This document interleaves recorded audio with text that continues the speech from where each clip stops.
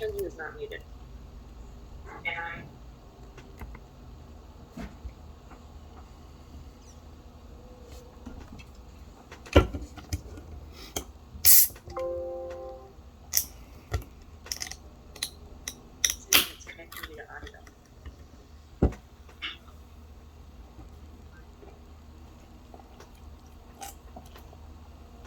Are any of you getting feedback or interference? And can you hear and see me okay? Okay. We're good here. All right. I don't hear anything. Do you? Okay. Good morning, Mr. Beltran. Morning, Your Honor. So I have three cases total, 2 separate hearings on the record, the Lloyd children and then the Gaines matter. Are we ready on either one of those? Your Honor, this is Ms. Peterson on the Lloyd matter. I think I would ask to take another case first. I think ours I don't believe we're going to be looking at trial today, but it might be a little bit longer. Okay. Your Honor, my name is Steve Downing, and my client's the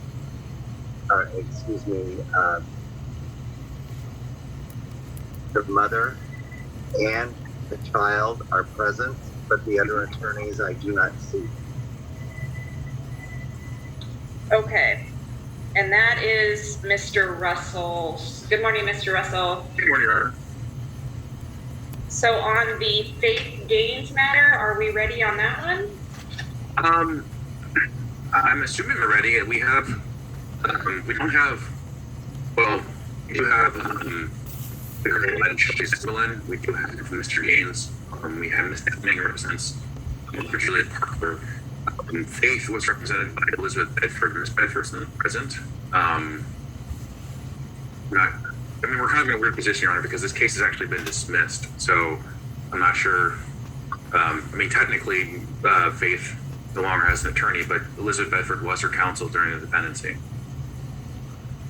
All right. So, and Ms. Peterson, you are, sorry, I'm getting my cases confused. So you're on the Lloyd matter, correct?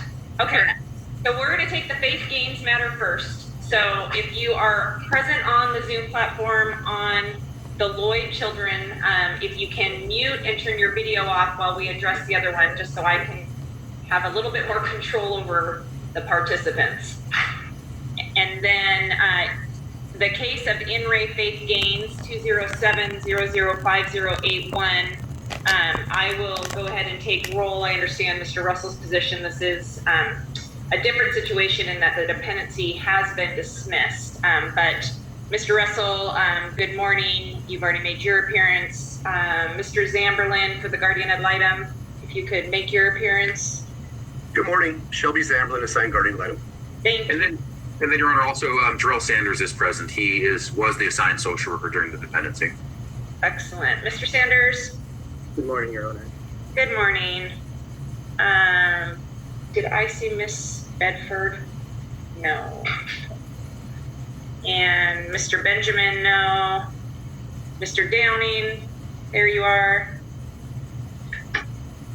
And then I see Faith Gaines and Juliet Parker. If you could introduce yourself for the record. This is Juliet Parker. And Faith Gaines.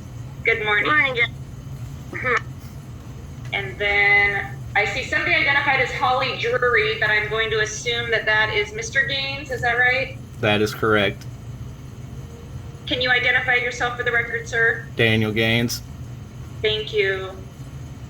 All right, this is on for your motion to revise the court commissioner. I have reviewed the pleadings that were filed. I have to say, Mr. Gaines, my initial thought is that what you are contesting is the underlying parenting plan that I don't have any jurisdiction over. So to the extent you can convince me otherwise, I will give you a few minutes to do that, but I'm inclined to let the commissioner's ruling stand because I see it as your dispute is with the underlying parenting plan. So go ahead. That is actually factually incorrect. The underlying issue is the fact that everything has been done from derived from void orders, which means that none of it ever becomes final and none of it ever becomes legally enforceable or carries any legal authority. The documents have been submitted to the courts. I've made the claim from the start. The very first hearing with Farmer, I mentioned quorum non judice, which has been ignored ever since. I've challenged jurisdiction ever since. Farmer's gone as far as to say not only does the state have jurisdiction when I've challenged it, I'm subject to the laws of the state of Washington while I'm a Missouri resident. Farmer's also told me, I quote, Mr. Gaines, you have no rights until trial, end quote, to which afterwards the treatment never changed, so which was essentially I have no rights in her courtroom. Perjury, fraud upon the courts, and multiple other criminal offenses have been allowed in her courtroom. She never had any legal authority to hear this matter because she's not a judge, so it wasn't proper before a judge. Jurisdiction's been challenged, the orders being void has been challenged, and all this has been from the very beginning and continuously ignored by the commissioner and every single attorney involved in this case. It's even gone so far as I was told these orders being void are irrelevant to the fact that they're being used against me to force me into the dependency. It's even on record that I was forced into the dependency. Judge Johnson acknowledged during the trial I was forced into the dependency. Criminal coercion, according to Black's Law Dictionary, is what it's tantamount to and what it actually is under the law. And again, all this is allowed to be ignored. For what reason? What reason? The appellate courts in the state of Washington have already ruled void orders never become final, they never become legal binding or have any legal effect. The federal rules for civil procedure related to federal procedure as it relates to the states in relation to void orders, they can be challenged anytime, any place, so long as one is proper before the courts. There is no statute of limitations for the adversely affected party, which is me in this case, and it's all ignored. Standing law that has been dealt with many times over has all been ignored. 14th Amendment due process, that hasn't existed for me from the start. I've never been given sufficient and adequate time to speak. I'm held to the same standard as the attorneys when it comes to filing and reviewing documents. You've got Miles Russell, who tried to commit fraud upon the court that Judge Johnson forced him to correct before he even called the matter that day because it was so egregious. You've got Jarrell Sanders intentionally and maliciously falsifying reports filed with the courts, which is fraud upon the courts. Shelby Zamberlin falsifying reports that are filed with the courts, fraud upon the courts. You've got the attorneys what are guilty of what's tantamount to other attorneys. Liz Bedford, guilty of what's tantamount to fraud upon the court. Steve Downing, guilty of perjury multiple times, and all this I can prove, and a lot of it's already public on my YouTube. The proof's already out there, and they still will deny it right to your face, but if you place them under oath, the other attorneys are going to object to it being hearsay. They're going to claim it's hearsay and this, that, and the other, just because they know they're screwed and all this has been illegal and criminal. And everybody ignores it. Everybody in a robe ignores it against everything. Edmund Murphy, that clown, he sat there and agreed that every single piece of case law I cited was used by the Washington State Supreme Court and valid standing case law, and then still ruled against every fucking bit of it. And this was, I'm sorry, Your Honor, like 30 pieces of case law, literally, all ignored after the judge admits it's the standard that the state uses? Really? I mean, come on now. How long is this criminal conduct going to be allowed to continue? I'm sorry. I'm pissed off about all this. I apologize for the language.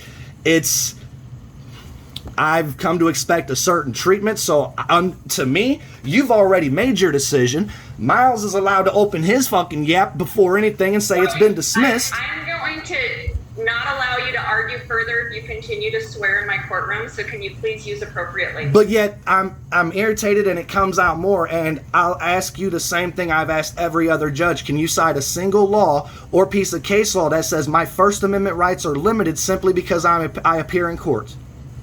Can you cite a single law to that effect, Your Honor? If not, then with all due respect, I'll ask that you respect my constitutionally protected rights to their fullest extent, which is your obligated duty as a judge. I will try to limit it, but this irritates the hell out of me, and I'm sorry, it's hard for me to contain the anger at the system, because this stuff keeps being allowed to happen. Void orders. 17 years they've been illegally enforced against me, and everybody keeps telling me there's nothing I can do. I'm the adverse affected party. What the hell do you mean there's nothing I can do? Any court I go to, so long as I'm proper before the court, I can challenge this.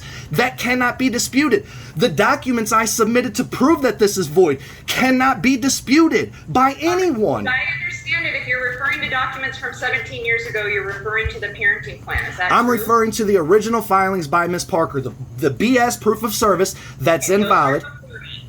Huh? Those aren't before me. Those were filed into this with my revision. I understand that. I'm not making any decision related to the 2004 parenting plan. So you're going to ignore the fact that everything that has happened in the dependency has been derived from void orders. The underlying fact of void orders being at play is going to again be ignored.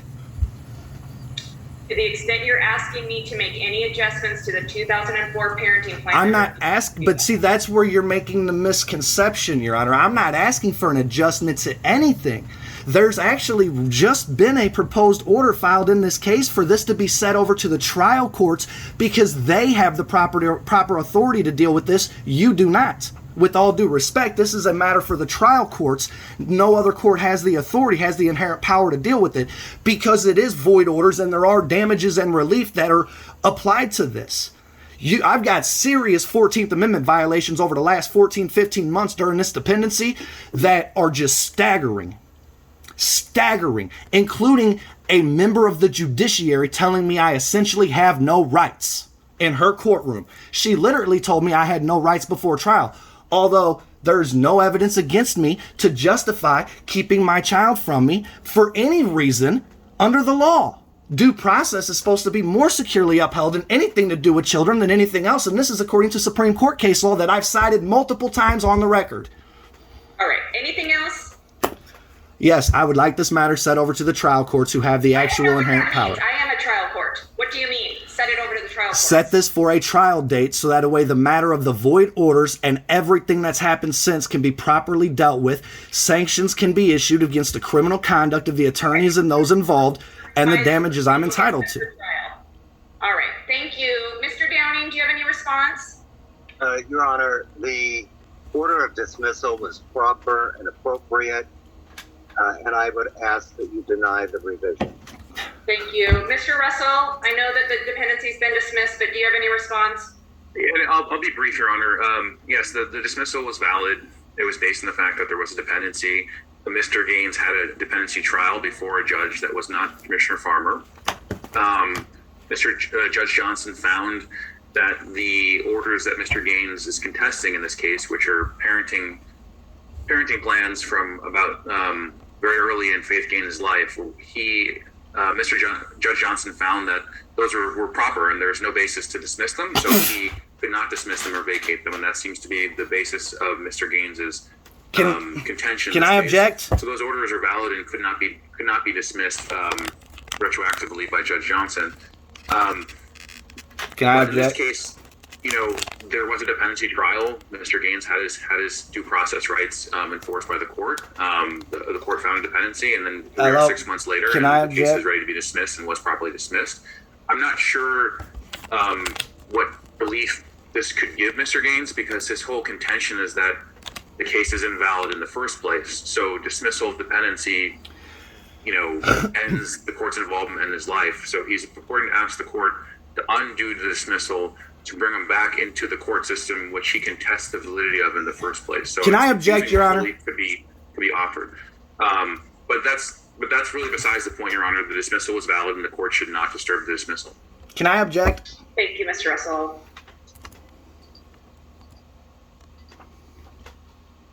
Go ahead. Brief rebuttal. They've got to unmute me before I can say anything. Again, Mr. Russell just straight up lied to you. Judge Johnson never found that the documents were valid. Judge Johnson said it was it was irrelevant to the dependency if they were void or not. He never said they were valid or anything else. And again, it keeps saying I'm contesting the parenting plan. I'm contesting the fact that the state of Washington never had jurisdiction, subject matter or personal, to ever touch anything. The divorce, the child support, the custody, they never had jurisdiction to touch any of it, personal or subject matter. That's what I'm contesting. That's what a void order is. It's a lack of jurisdiction and inherent authority and power of a court. That's what I'm challenging.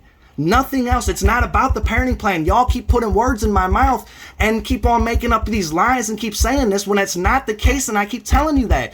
It's the fact that these orders are all void. The motion to dismiss cannot be made final if it's void. Void orders cannot become final and never become legal in effect.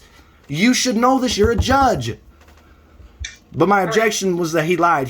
Judge Johnson did not find that the documents were valid. He said that it was irrelevant to the matter. The video is actually is posted to my social medias as well. It's available if Mr. Russell would like to go review it to get his facts correct. All right. Well, I have reviewed your motion to revise. I've read all of the attachments. I looked back on the pleadings and filings from the dependency. I am denying the motion to revise the commissioner's ruling. I do believe the dismissal was a proper dismissal. I believe that the court had jurisdiction throughout the case, proper jurisdiction. And so at this time, I am going to sign an order denying the motion to revise.